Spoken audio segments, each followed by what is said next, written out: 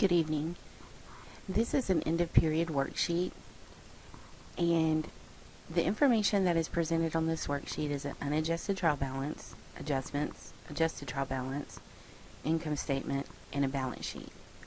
We will start with the unadjusted trial balance information as if we had presented this statement on a separate sheet of paper. And we see that we have all of our debit accounts listed and all of our credit accounts listed, and we've totaled to prove that we have $93,400 in debits and $93,400 in credits.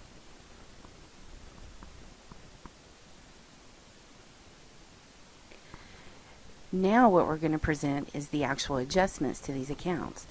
Once we journalize our adjusting entries, we now have data to populate into the adjustment columns. So you can match these up.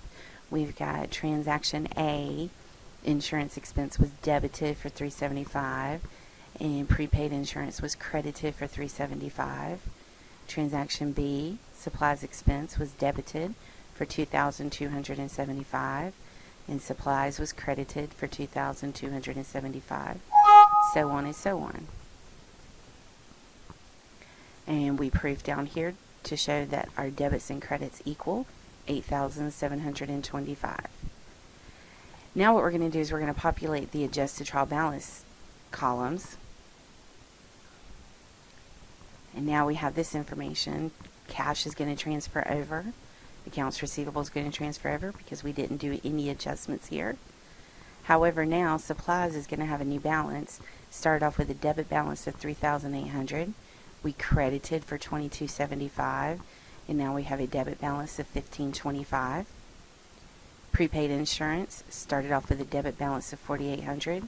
We credited for $2,400, and now we have a new debit balance of $2,400, so forth and so forth.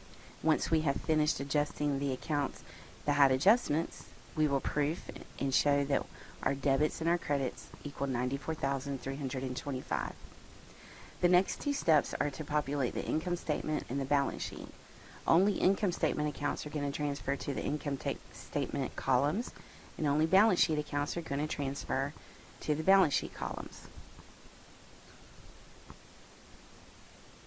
Looking at the income statement, the first thing we're going to do is we're going to bring over fees earned, credit balance of $44,350, and then we're going to bring over all the balances here from the adjusted trial balance to the income statement.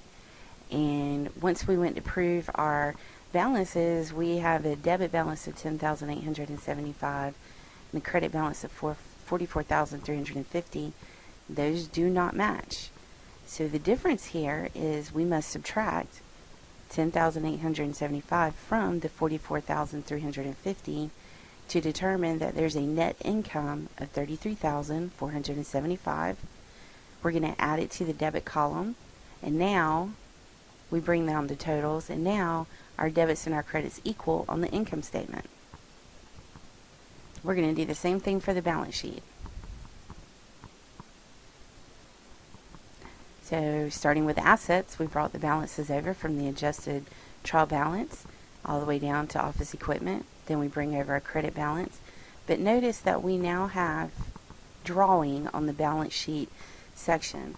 Normally, drawing goes on the statement of owner's equity. However, for the purposes of the worksheet, we will put the drawing account on the balance sheet section. We're going to total the two columns to determine if we have equaled, which we have not. We're going to subtract the debits from the credits. We get $33,475. That is the exact same amount that we got from the income statement differences. We're going to add it to the credit side. And then we're going to prove again to prove that $83,450 is the debit and the credit balances for the balance sheet. So $33,475 represents the net income for this particular company. I also want to repeat that the drawing account comes to the balance sheet for the worksheet purposes only. And this represents a net income. However, if this had been a net loss, the $33,475 would have gone to the credit column, and this $33,475 would have went to the debit column. This concludes your video on the end of period worksheet.